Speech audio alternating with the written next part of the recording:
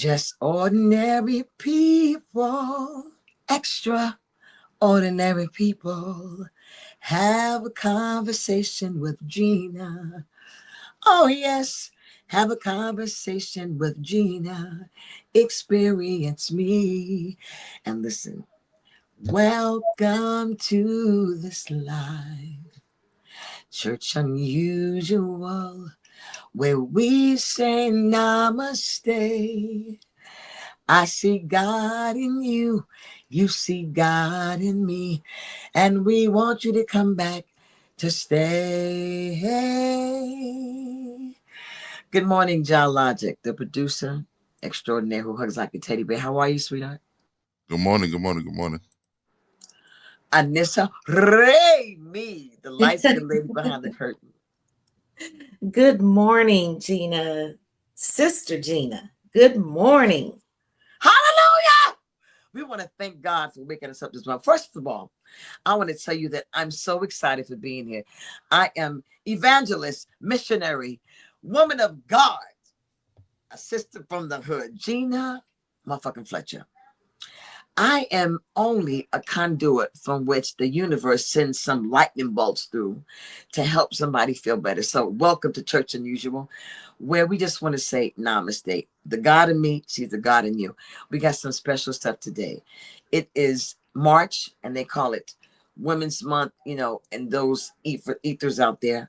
I'm grateful for that. But also, this is Sunday.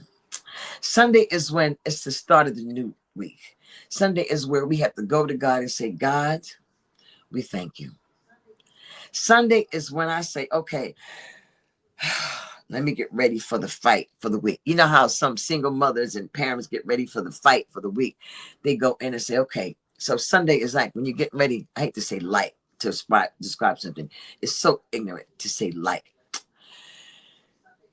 It's analogous to being in a ring and you're in the corner getting ready to go box, and you have to get encouraged and beefed up, and inculcated with some amazing things to move on. So this is what we do here. We try to give you a shot of life. So we say God as we pray to whoever you pray to, God, Buddha, Allah. It's Ramadan time. Assalamu alaikum. To Tao, whatever you serve. You serve a tree, you serve a phallic symbol. I don't know. We want to say thank you to God for being here. Thank you, God, for our breath, for money from unknown resources, for all the families represented here. Whatever you want to say God is, we thank God for that. So as we thank God for that, we move on. And I have a special day today. We're going to do the news later. We're going to do the nigga news. We're going to do the corniest nigga of the week, the angel of the week, our picks. We're going to do Pimps in the Pope. We're going to do all that later because I got something hot. And it's not my vaginal canal, even though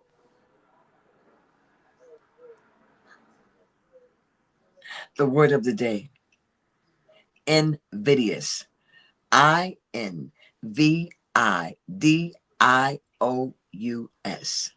invidious. Anybody have an idea what that means? Invidious. No, I don't. What But I about like you, Doc? saying that. Invidious. What, baby? I like saying it. Invidious. You said it so nice and sexy. It's very nice the way you said it. Invidious. It means something Invidious. that's unpleasant or put me in an uncomfortable position. So we're going to see if we can use that word during the day, during the afternoon, during this little time we have together to just expand our vocabulary and to broaden our minds. Because the Bible says, some people read that Bible regularly, that book. That's a wonderful allegory and metaphors and stories and life lessons. It says that I wish that you would prosper and be in health, even as your soul prospers. I think that's in the book of the 3rd John in the New Testament. I think it's 3rd John, not John the Baptist. I'm not sure. In order to prosper, you got to eat right. You got to do spiritual stuff. You have to take care of your mind. You got to do saunas, massages, vitamins, supplements, certain diets. You got to see the doctor. You got to water. Then you got to relieve your sexual energy. Then you have to be able to show up for yourself. That's a lot on this. Vanessa, you're on mute. There you go. It's not a lot. It's necessary. And it's just a simple switch of the mind. It's very simple, but it's necessary to live. To live. That's my word of the day. Live. Live, motherfucker. Okay. Anissa, we'd like to have the wonderful welcome address from the evangelist, Deaconess Anissa Raimi. Ooh, thank you. Welcome in, everybody. This is Church Unusual every Sunday right here on Singing Gina TV on YouTube. I'm so happy to be here and so happy to have you guys come in and enjoy. And my hope today is that you are fed in a spiritual way, in a healing way. You walk away from this with joy and just something extra that you may not have known that you needed. Anyway, sending love out to everybody. Let's have some fun. Well. Today is special for me. Well, every day is special, but I have someone who I admire, honor. She's a Scorpio. She's just amazing. She's amazing. Look at the picture. That picture don't do her justice. This woman is just personally, on a personal, when you meet her, amazing. Her name is Angela Means, and many people know her from being the actress in the movie Friday. They say, bye, Felicia. And people know her as that character. But after meeting her, because I was a fan of hers, but when I looked her up and I went to Def Comedy Jam and I saw her stand up, I love comedians, When I saw her stand up, she's a comedian that is exceptional. When I saw her many, many years ago on television, I've been following her ever since. And then when she got into what she's into now, which she'll tell us more about, I just fell in love with the person. And when I met her, I put the two together and it matched. She matches, she connects with herself, which is what I admire. Ladies and gentlemen, boys and girls should not be watching this because it's not for children, because I'm somewhat vulgar, but in practicing the principles of acceptance, I'm learning to be more colorful with my language. So ladies and gentlemen, good morning to Chef Angela Means, y'all. Angela.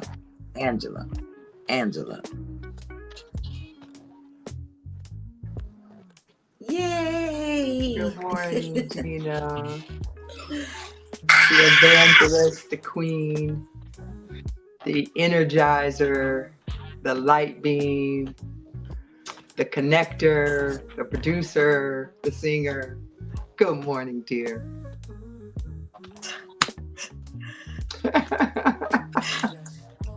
You are so awesome.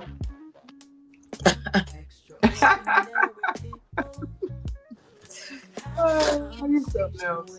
You go ahead.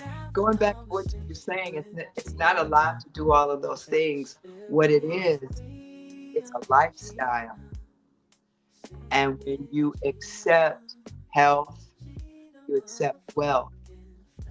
That's the first step to wealth is health. It's a reason they rhyme. And it's not a whole lot. You could say, well, dang, it's a whole lot to roll a blunt. I got to break it up. I got to do all of this, and I got to get this, and I got to get that, and I got to do all of that, and then I got to be lighter. That's a lot,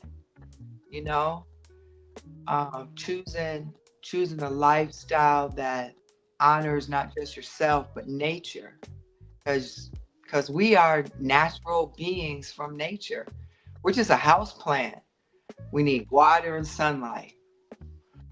And a lot of people look at it because we've been brainwashed.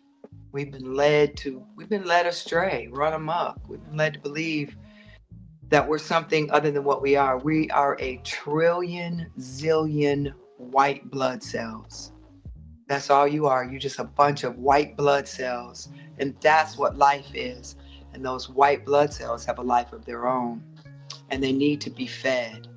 And they don't necessarily want a bunch of fried foods.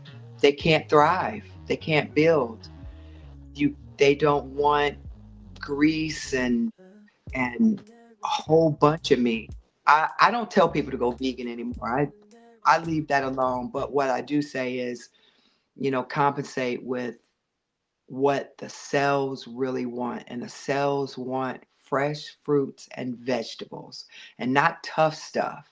Because your body's a temple. It's delicate. It really is delicate. And people will say, oh, well, our stomach acids will break all that stuff down. Okay, well, your car will go 150 miles an hour. So there's no such thing as disease. It really isn't. It's just a compromise in your white blood cells. So what doctors do is they'll look at your blood and they'll look at your white blood cells. And if any of them are dying, they just label that cancer. And in order for you to live, your white blood cells must live. And that means berries, grapes, herbs, ton of herbs. That means fruit in the morning. Fruit heals the body. Vegetables nurture the body. So if you get sick, if anybody gets sick, just get on that fruit. And then they make you believe that the natural sugar is going to hurt you. It's the processed sugar that compromises your body. It's not the natural sugar. That's where energy comes from. It's God's candy. God wouldn't have something coming out of the ground that's meant for you hurting you. When my son went to college, it's been 10 years now, I put my whole life into him. And people were warning me, okay, don't lose yourself. No, well, I did. And, I was a smother mother. I was a hover mother. I was a football mom for 15 years. I was a classroom mom. I was that mom that cooked his food for lunch and took it to him fresh. So when he left for school, leading up to it, it hit me all at once. And I got so depressed. And like a lot of us do, I started eating and just eating and eating. And I was still eating meat. And you don't inherit disease. What you inherit is diet and DNA. So if you're eating the same foods as your parents and family, you're going to get the same disease.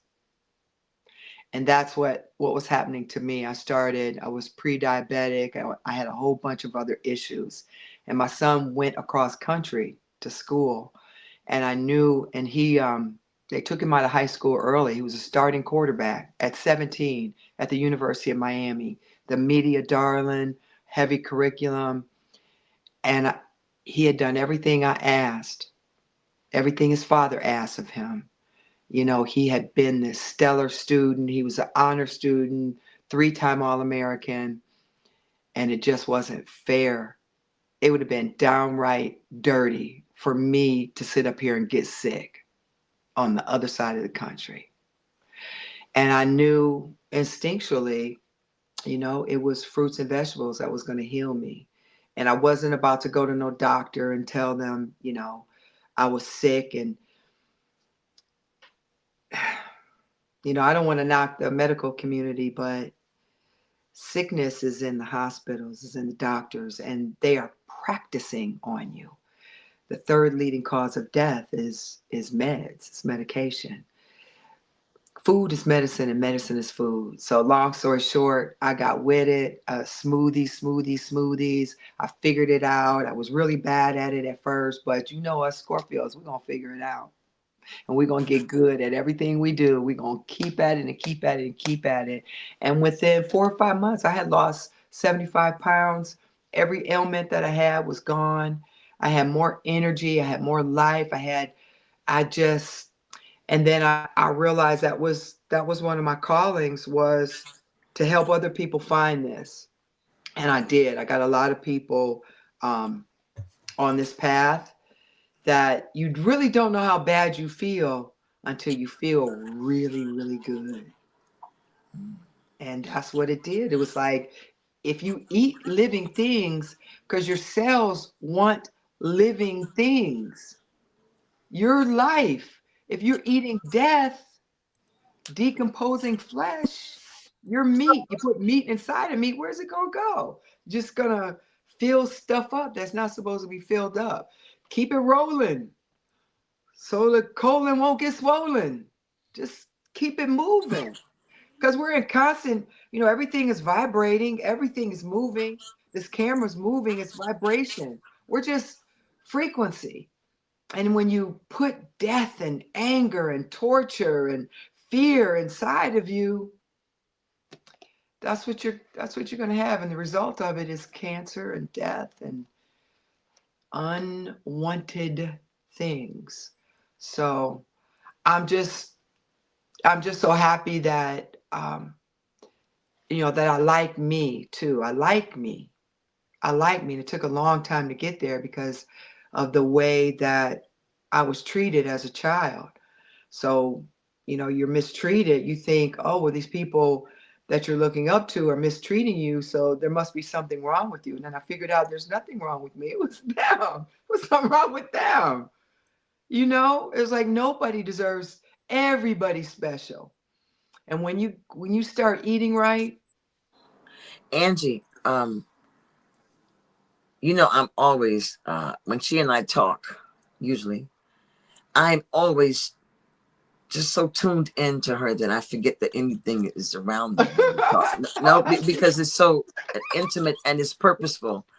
But you said something that I want to right now interview just for a minute, because I just like talking, having a conversation with you. got you. You mentioned about how you were treated as a child. What do you mean by that? And I know you don't have a lot of time because I know you're super busy. So I'm trying to value your time right now. Well, I was a foster kid, and I was the only kid that was didn't have siblings or parents, and I was in a big group of kids, and I was with resentful adults. So you can kind of put two and two together. I mean, I'm not the only one with this story, and other people's, uh, uh, other people's trespasses on me is not my testimony.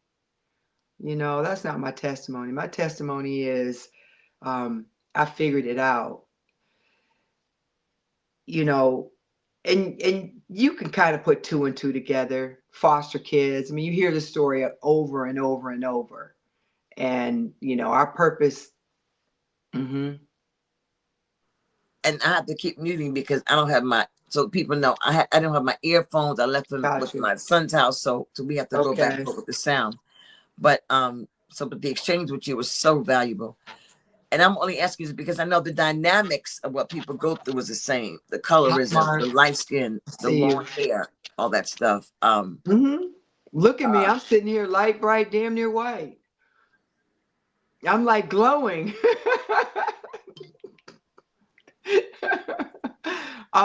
That too, I'm in the middle of a black family. My father's white. So, but I was raised, my culture is black. I mean, there's a bunch of us like this in entertainment in the world. We're called mixed, and it's not always easy. People think, oh, entertainment, the mixed girl. No, that absolutely is not true. It's not true. We're resented, but we're not favored. You look at the top actresses that we're talking about: Viola Davis, Angela Bassett, Kerry Washington. You look at daytime television. It's Sherry Shepherd, Lonnie Love, Cheryl Underwood. There's no light-skinned women in daytime TV or really in television.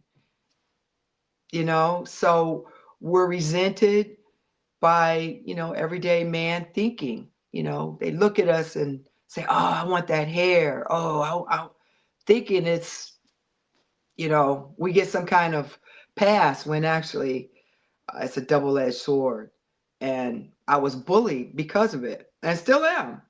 But because I've got an armor of just belief that I am worthy to feel good. I'm just worthy of having a great life. I'm worthy to be rich. I'm worthy to have these wonderful emotions. Do I get down? I'm human. I've got emotions. Yeah, but my testimony is I'm a strong motherfucker. So can you hold on, mommy? Can you see me on TV right now, mommy? You see me on TV? Are you watching Hi, the TV? mommy. You see me on TV right now, mommy? Are you watching the television? Mwah. Are you watching? You got it Hold turned on? Can you see me on TV? I'm on TV right now. I can't talk to you. Do you see me right now? This is real life, ladies and gentlemen. My mother That's is real telling me life. she's watching me on TV right now. I And Stevie love Jake it. is in the bathroom on the telephone. I This is love it. a church unusual. Sweetheart, Angela, Yep. can I ask you, what is your diet like? Give me a week of what you eat. So I'm a strict vegan, and like this morning, my breakfast is it's a avocado chocolate pudding. So I just make some avocados. I soak dates overnight, cashews overnight, and I just blend that all up together with avocados, cacao, some maca, some agave, some vanilla, a little bit of sea salt, and you think you're eating chocolate pudding. I do a lot of guilt-free dessert that is actually just nutrients. I just eat nutrients. That's what I eat. And it's not hard to do. Like you don't need someone to say what's nutritious and what isn't. I'm telling you, a piece of fried chicken just it's empty. And you only have so much that you can put in your body. So you might as well fill yourself up with the good stuff. I eat a ton of fruit. Like I ate an entire pineapple yesterday. I ate a big old bag of grapes. I mostly eat fruit. I make scrambled eggs out of mung beans. I eat tacos a lot. I make my own tortillas out of lentils. I just soak lentils overnight, puree them, and they turn into dough, flatten them out, fry them, and then I make a walnut meat. That's literally just some chopped walnuts, beans, mushroom, and then all the taco spices. And it fries up just like ground meat. I can't hear you. You have got to come on and cook for us. I mean, first of all, I'm hungry, definitely. But and then you have to show us, because I've been hearing my whole life, you need protein.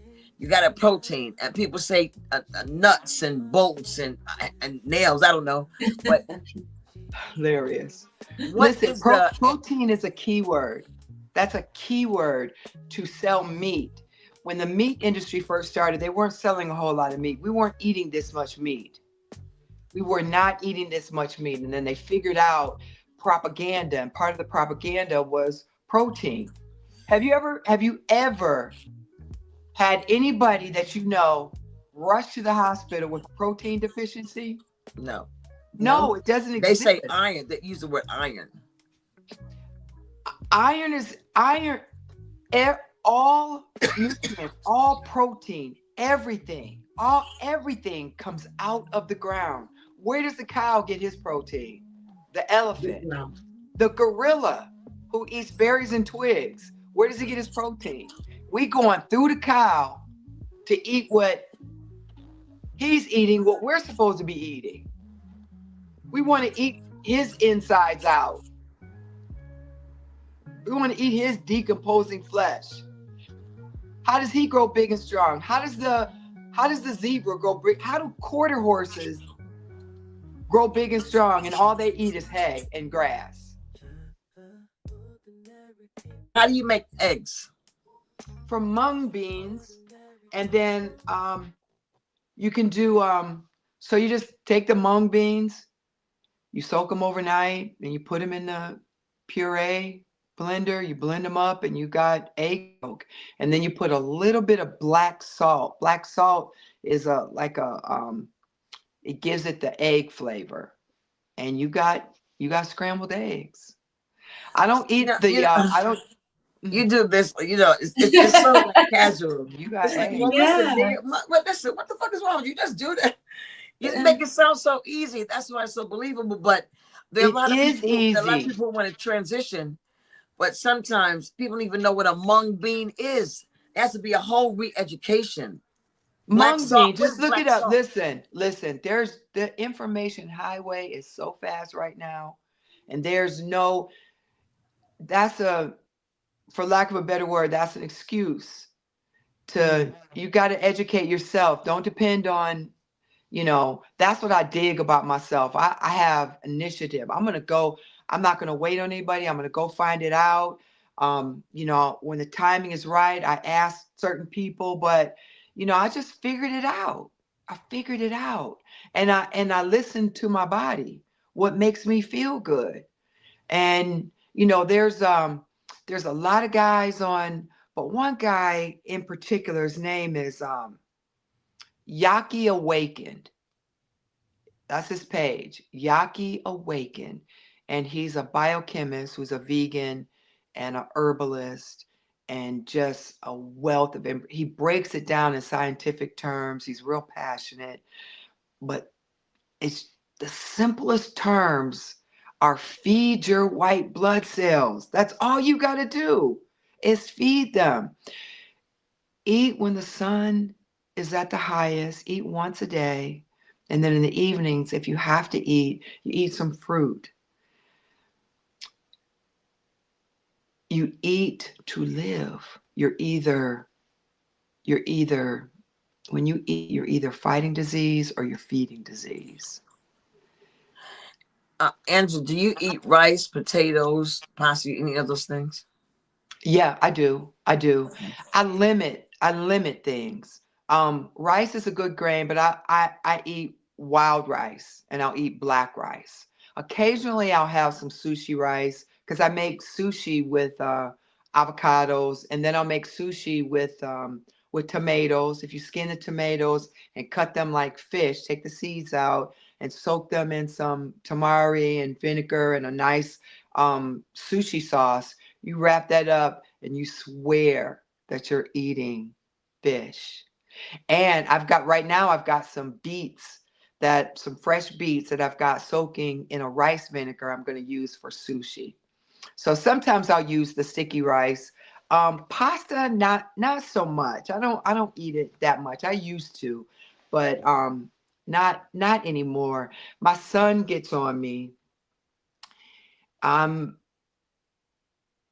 like most sons, I'm very important to him.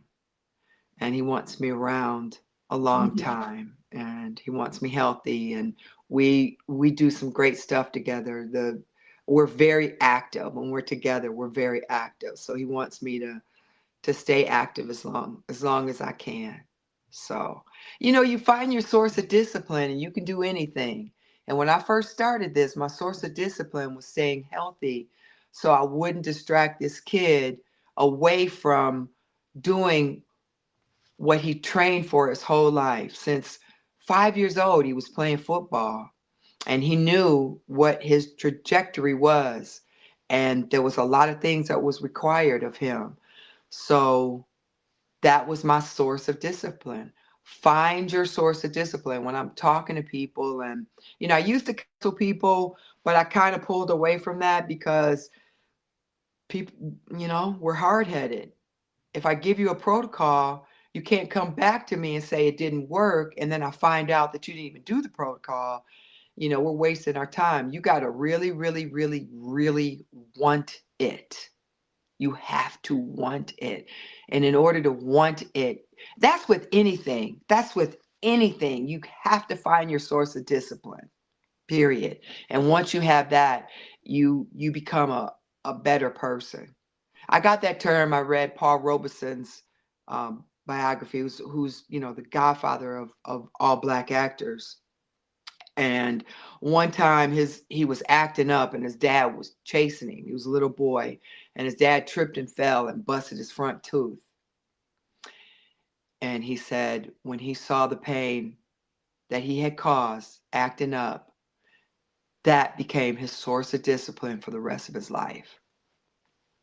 So I've got a couple of those moments that just kept me a good person. Like, I'm not perfect, but I'm a good and decent person, and I mean people good. Yeah. And I got a book. Look how pretty my book is. Look how It pretty is. I that is. love that cover.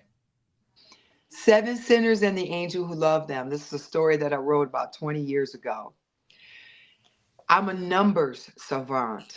I remember numbers, or I remember the month that you're born. And a lot of the singers and rappers who die before their time, they're either born on a 7-day or die on a 7-day. So a 7-day is the 7th, the 16th, or the 25th. And we're talking Aaliyah, Selena, Left Eye, Tupac, Eazy-E, Bobby DeBarge, Jermaine Stewart, Sylvester. Here recently, Dwayne Wiggins died on the 7th. Mhm. So about 20 years ago, Lamont Bentley died. He was the dark-skinned funny dude on Moesha. And we were a bunch of us comedians. And, we ran in a clique back in the 90s. The 90s was like, that's a whole other world, the 90s. And I'm actually working on a project about that takes place in the 90s. But it was, some of us met and our heads were really, really heavy because, Lamont was part of the clique. And I looked him up and I was like, oh, wow, he's a 7. And I explained to everyone and, they were smoking and everyone was a little like, what? Am I a 7? Am I a 7? There were 6 people and it went 1, 2, 3, 4, 5, 6, 7. No, 6. And it stopped right at 7. So somebody was born on the 2nd. Somebody was born on the 5th. I'm the 19th. So I was the 1. And it went 1, 2, 3, 4, 5, 6. And everybody freaked out. There was not a 7 in the room, but everybody was in order, and it was just so freakish. So everyone left. Spanky Hayes was there. Spanky left. He was like, "Fuck this voodoo shit." So I got in my car, and I was like, "This is a plot. This is the story." Because I was like, "How do I tell this?" Prince is a 7. Will Smith is a 7. Madonna's a 7. How do I tell this story? And then I looked up and the 7th angel rules music and politics. JFK Jr. was a 7 and died on a 7. Left Eye died on a 7. Listen, the Queen of Soul. Listen, hear me out. Am I What day are you? the 26th? No, you're an 8. So 2 plus 6 equals 8. The Queen of Soul, the King of Soul, the King of Pop, and the King of Rock and Roll died on the 25th. Actually, Elvis Presley died on the 16th, the 7th, in the 7th month. But Michael Jackson, Aretha Franklin, James Brown, Left Eye, Aaliyah all died on the 25th. So I wrote this book. There's an angel, and she manipulates everyone with extreme beauty. So whoever looks at her sees the most beautiful person to them. So her face is constantly morphing. And in the end, we find out, what the real, these people are dying one by one. 6 people come together. This huge star dies, like a Selena, a Left Eye, and Aaliyah dies. And there's 6 people who come together. And throughout the book, these 6 people start dying. And they figure out that they're dying in their birth order. It's kind of like Final Destination, but then it's a spiritual Final Destination. And what the angel has to say, sacrifice is inevitable. who sacrificed for all mankind. And when was his birthday? The 25th. So it's really, really deep. It's really deep. This book will blow your mind. And I've got the sequel is already done. We're just formatting it and we're gonna get that up. Thank you, Mark. I see you. You're amazing. Thank you. You're almost hypnotic. That's that Scorpio. I feel stimulated when I talk to you. No Queen Latifah, but I feel aroused when I talk to you. Why Really. you do Latifah like that? You took the No Diddy and turned it into No Latifah. No, she's gay, right? I'm just saying, like she's out. I'm not trying to out her. She's already out. She was out when she wasn't out, but I love her. Right. Listen, Angela, can I talk just a little bit about the comedian actress Angela? Yeah, let's do it. Bye Felicia. How has that affected your life? Well, it came back around and gave me a voice. So I literally found out it was trending when I learned that my son had an offer to the University of Miami. And I knew once that offer came in, that's where he was going. He was highly recruited. He was getting offers from everyone, but I knew that's where he was going.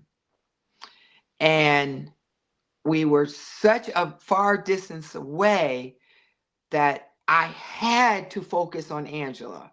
Like if he had gone to SC or something, I'd have been cooking all day for him and knocking on his door all day and getting his laundry. But the universe knew what both of us, where it comes from, and how you can use it. What both of us required. And I required some space. So a friend of mine called and he was like, congratulations. And I knew it was some offer for Bradley. And he was like, yeah, University of Miami. And I was like, wow, I celebrated. I was like, you're not talking about Ohio, right? And he's like, no, the one in Florida. So we got off the phone and he was like, bye, Felicia. And I was like, oh, what? You are so ancient. He was like, ancient? Angie, is trending. I didn't even know what trending was. And he was like, do you have Twitter? And I was like, no. So he had me set up a Twitter account. He goes, no, do it while I'm on the phone. So I set it up and he said, now put in the number sign, the hashtag. I didn't even know what hashtag was. He was like, put in the number sign and then put in bye Felicia. I was like, oh my God. I was scared. Like I went to the window. I was thinking people was going to be outside my house. I was like, oh my God.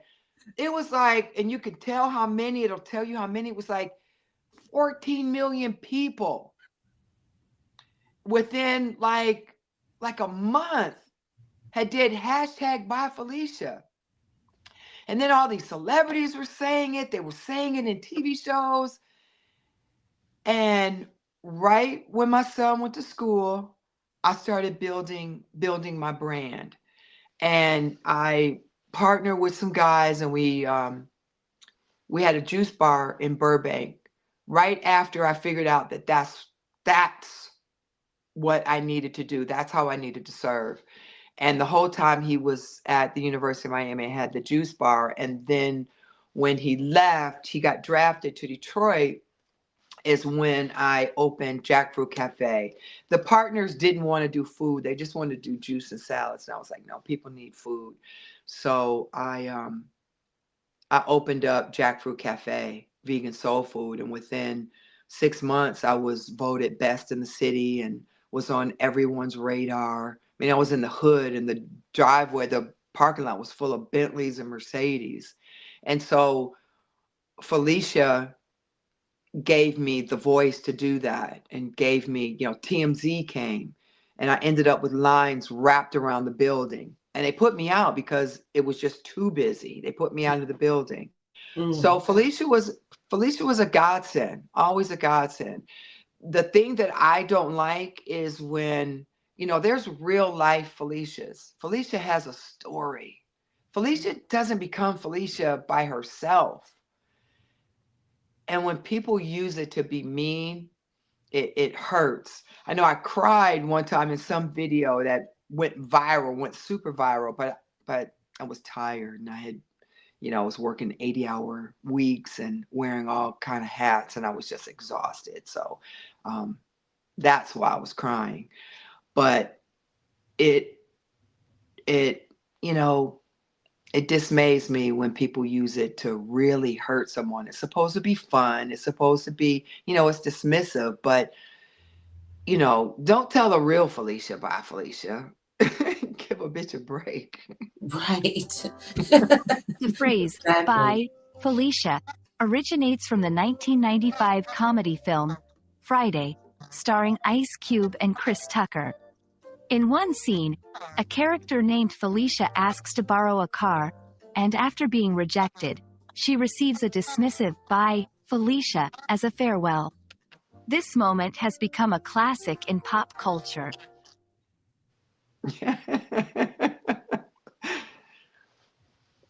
Gina, you're muted. You're muted. Was Felicia a crackhead? No, she was not. What the character you built for her? What was going on with Felicia? I'm gonna write a book based on my biography, based on some of the things that I put in. But her and Nia didn't have the same father. And Felicia was older and the mother was something else. And the mother had just kind of discarded Felicia. And Felicia was raising herself. Felicia didn't have any good sense, she was just out there and no one, and you can even when Nia was like, I don't know where she at. She's that's how she was treated. So I was able to put a lot of stuff from my childhood in that character. Like, you got to keep a stiff upper lip and you got to be fearless because you're learning by trial and error. Nobody taught me how to do nothing. Comb my hair, floss my teeth, nothing. No one taught me anything. So I had to go trial and error. I had to get laughed at a lot. I had to get humiliated until I was like, oh, okay, well, that fire's hot over there. Don't do that. And I just, I'm still figuring stuff out. But that's what makes me me. And again, that, other people's trespasses aren't my testimony. My testimony is I'm triumphant and I like myself. Now, I so down and said, I like myself. I like what I do. I like how I do it. All that. Girl, let me tell you that. something. But when I was smoking crack, and when I was smoking crack, people would say, drug dealers, they would say, bye, Felicia. And for a long time, I thought Felicia was a crackhead. I really did. No. Just unloved, unkept. Gary and I kind of bumped heads on it too. F. Gary Gray, one of the most brilliant directors of our generation. He came to me because I was playing her that way. I'm like, I'm thinking Halle Berry and Do the Right Thing, the pretty girl that falls from grace. But then I had to rework her in some things in the bio. It's like, no, she was never a prom queen. She was never this. She was always gully. She was always there. So, and that's what Gary and I talked that through. And it was like, nah, she's not on drugs. I mean, she'll smoke your weed up. But, when she was asking for that microwave, something I put in my bio was her man, Debo, was 3 strikes. He was there. And he had been casing Craig and them's house for a while. And she was trying to borrow everything to either give it to him or keep him from stealing it and getting caught. Like, there was a whole bunch of backstory in my bio. Everyone's got their backstories that they created, that will conflict with my story will conflict with whatever Nia's backstory is. Like her backstory is probably something different. But the actor in me, the backstory that I created for Felicia was she was just neglected. And that's abuse in itself. Neglect is abuse. And some other things happened to her to just kind of blow her mind. And but she kept a stiff upper lip. You never saw her complaining. She just, oh, y'all stingy. And I remember Chris Tucker and I kind of had a little thing on the set when he came to me and was like, Ange, you gotta raise your energy. You better, and I was like, whoa, no. You do what you're doing. You do that. Everybody's got their thing to do. And I'm a real character. Like when people looked at me, I don't want you to see Angie the comedian. I want you to see this actor who created a character. I was working Meisner and Stanislavski. I created this character and I became her. Acting isn't acting. Acting is being. You put it all in and then you just be. And I was her. And it took me about a month to shake her after production wrapped. I was, oh my God, I was so depressed and so like dark. And I had to, pull her out of me. And you're a Scorpio, so you went deep. A minute. Oh my God, Gina, I went so deep. Like I was lost in her. I was lost in her. And I went deep and dark. Yeah. Can we talk about for a minute another title that you love to talk about? And my son is 34 years old, one child. Of course, I unfortunately murked about 6 before him because I wanted 10 children when I was younger. I wanted a whole village. But, I didn't love my body. So abortion was a means of birth control for me at one time. And then when I got pregnant with my son, my mother said, and my brother who transitioned, Ira, she said, you have to have this one. She said, you have to. And I was smoking crack, every single day. I have no idea who my son's father is, right? So when I had my son and they took him for 2 years, when I got him back, I just went in like, shh. He became everything, you know what I mean? And so when I hear you talk about being the mother of a son, of an only child, it is such a powerful, sometimes I say, God, how could you let somebody love somebody like this? I mean, you don't know love until, like, I didn't know love. I thought I knew love, but I didn't know that kind of love. I didn't know that kind of love. And it made me, he was labeled gifted in first grade. So I didn't want people putting fingerprints on his brain. So I was only going to stay with him like through elementary school, kind of hover. And then, I literally was only going to stay like away like a year, and then a year turned into 3 years, and then 3 years turned into 10 years. And then before I know it, I was out of the game 15 years. And I was okay with that because what I was doing, my son is magnificent. He's a scholar. He's just a well-rounded, intelligent. He has my back. Like, my son is the bomb.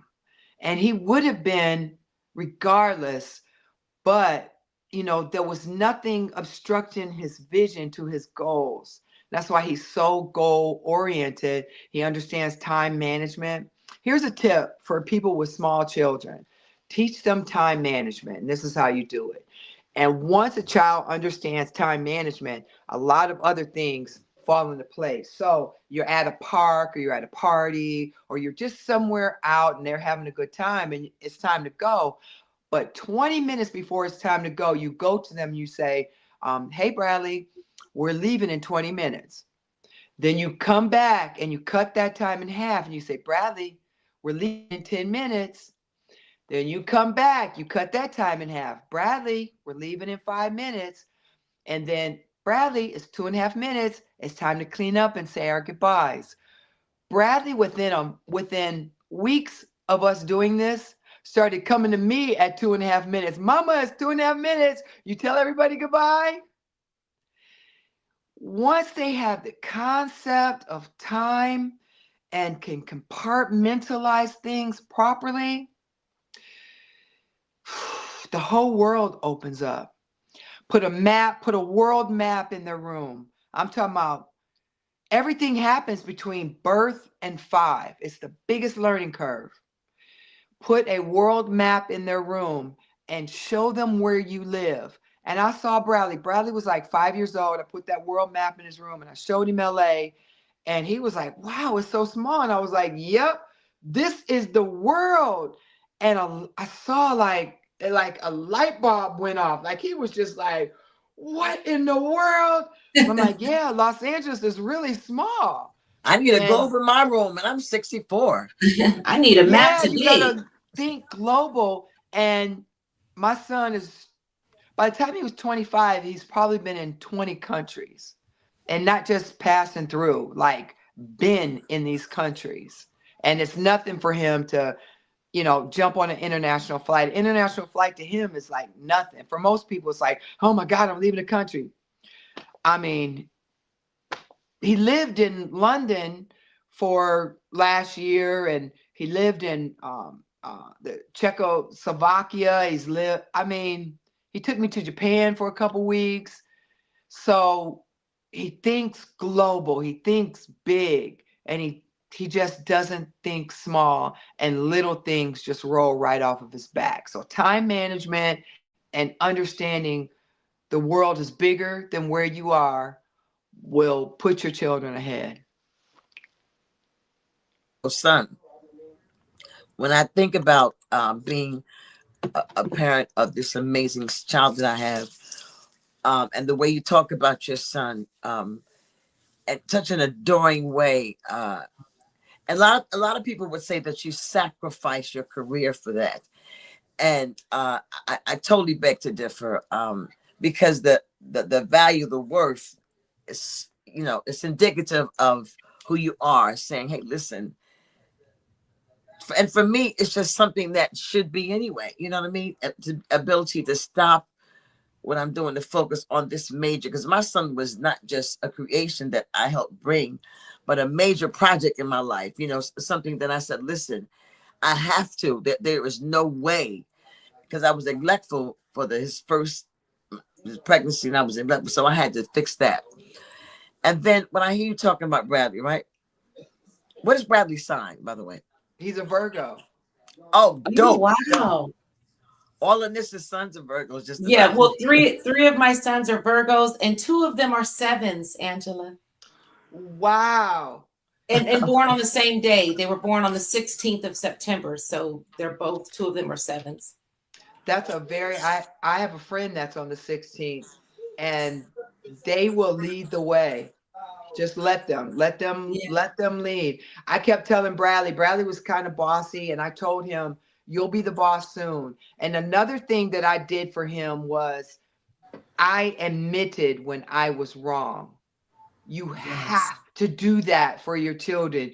You have to. And right in that moment, hey, as women, our hormones work a certain way, and we can get over the top. But I'm talking about like out in public and do road rage, or saying something smart to somebody while he's in my company. I would tell him, Bradley, Mom was wrong. I was wrong, and I'm telling you, I was wrong.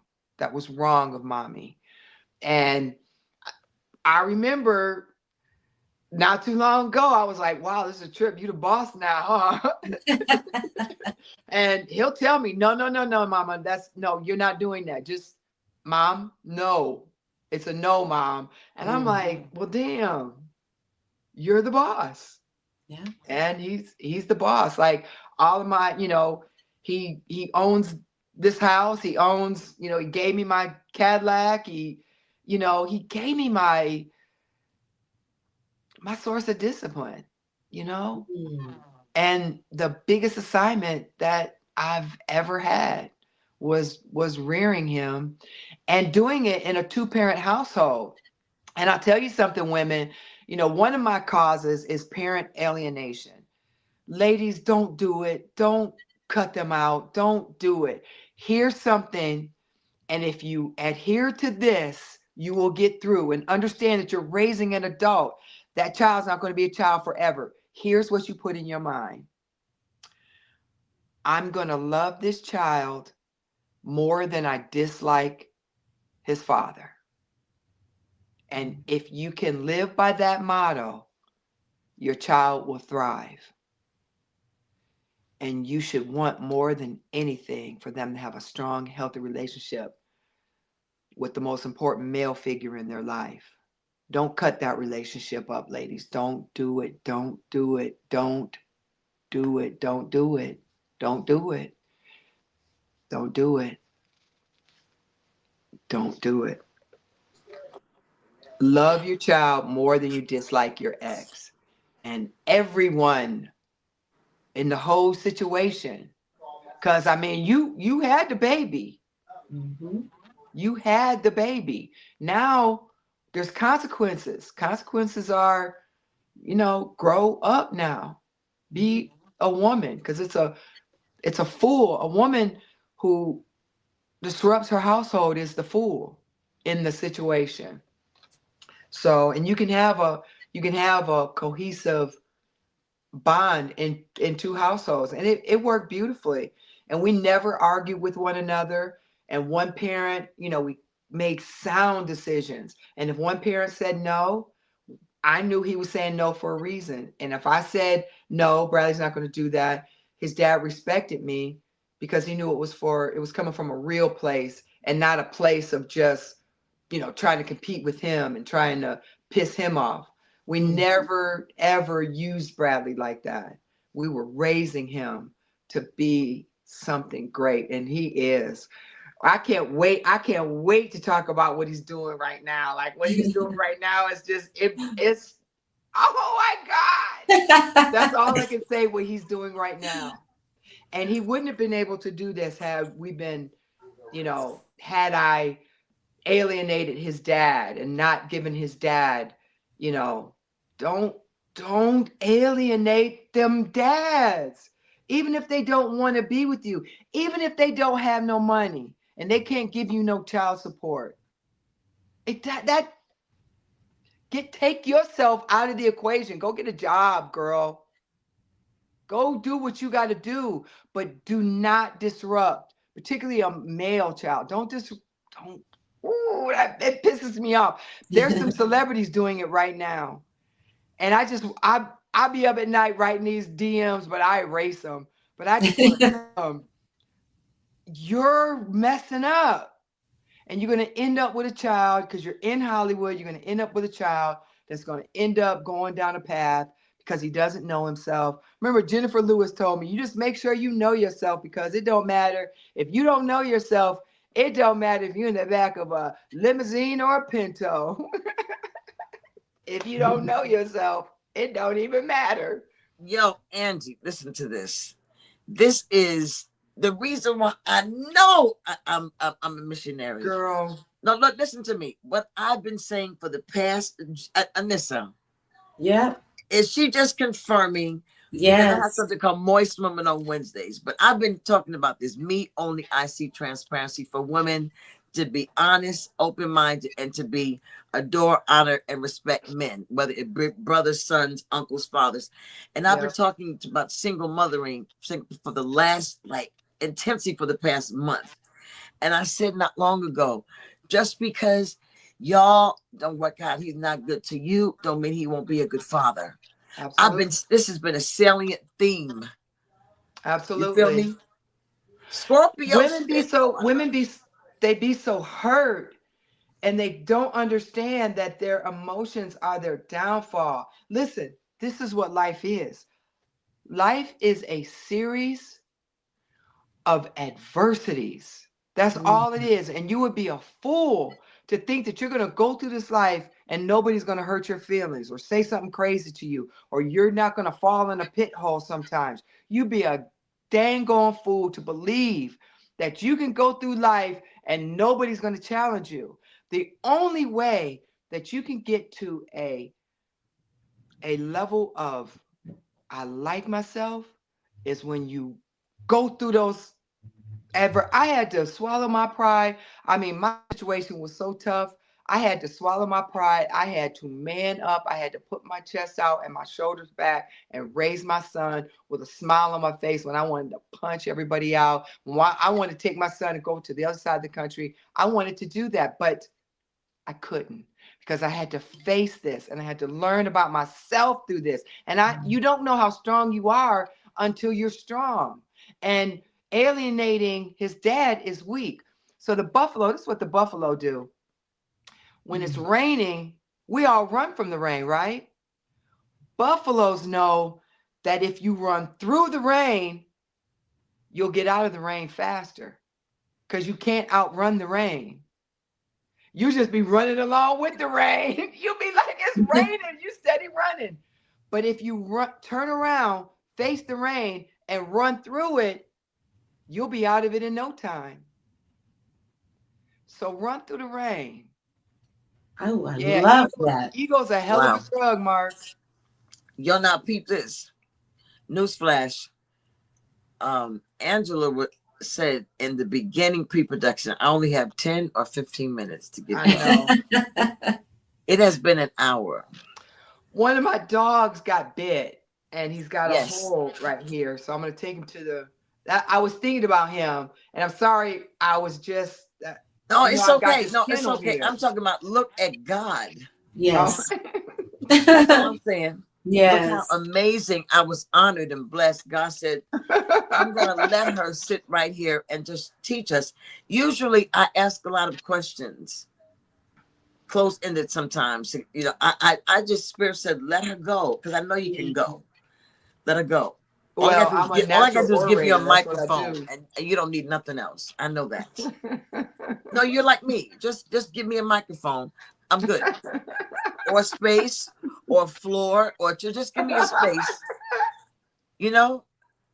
And so I honor that. And I actually have to go. I'm not doing any news. I'm not doing anything else, Ja. Stevie J's here. He's my guest. He has to be on the plane in a little while, so it would not be fair of me. So I'm full right now. Are you full, Anissa? I am. And Angela, I just want to thank you for giving us your time. Can you bring Anissa on the screen, honey? That Anissa, there you go. Yeah. Angela, thank you for your time. I've learned so much, and I feel full as well. I'm empowered by the things you taught here today, and I appreciate you. Really, really do. It's a pleasure. Thank you. I feel like crying right now. All right, you guys. Gina, thank you for having me, dear. Oh, thank you, honey. All right. I'm going to go get this dog. I got 4 dogs back here, 6 cats that I've rescued. I want to say bye, Felicia, but it would be so inappropriate. No, I think it'd be appropriate. I mean, okay. It's all in fun. Say it, Anissa. I know I ain't no Felicia, so bye. Bye, Felicia. Thank you, Angela. I love you. I love you too. You already know it. You already know it. Yes, Listen, wait. You have to come back and cook for us. You got to show us how to make tortillas. You got to do a meal or something. Okay. I'll do my favorite stuff is the walnut meat, and I make tacos, and then my dessert is avocado chocolate pudding, and you can't even tell that it's not. Well, I'm allergic to avocado. Okay, well, we'll do something else. No, I want the taco joints, and because I'm hungry right now. I love you guys. I love you. Thank you. Thank you for your time. Thank you. Yes, absolutely. Thank you, dear. Great job, guys. Yes, ma'am. Thank you. That was wonderful. I have got to go. It's not fair, you know. Everybody's hungry here, you know, and really me. Let me just say me, but I just appreciate you, John, for being so wonderful, for being so loyal and consistent. and for being so professional and fire. Anissa, Yes. you look absolutely Thank you. edible today. Oh wow! Thank No you, Debrat. Jean. You look beautiful. Really, really, And really. thank you, Ja, for Right. everything So you I'm do. gonna say, Thank you all. Thank you all. Thank you. everybody say, Amen. everybody say, Amen. everybody say, Amen. Amen. Amen.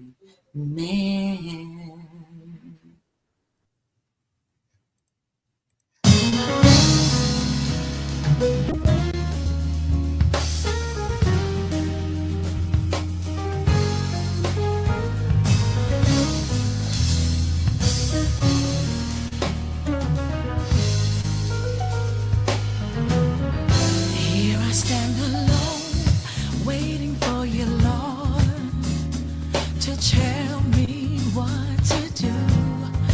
Fighting with myself, blaming no one else for disobeying you. And I tried to control my destiny. Now I'm saying, Lord, here am I'll go. Now I'm saying, Lord, here am I'll go. When I heard your voice calling me so loud, I tried to shut you out, thinking that the job you had for me to do would never really work out. And I cried, I was so full of doubt. Now I'm saying, Lord, here am I'll go. Now I'm saying, Lord, here am I'll go. Through the fire, the rain, through the storms, through the pain, in the darkness, you told me you would never leave me. Now I'm saying, Lord, here am I'll go. Now I'm saying, Lord, here am I'll go.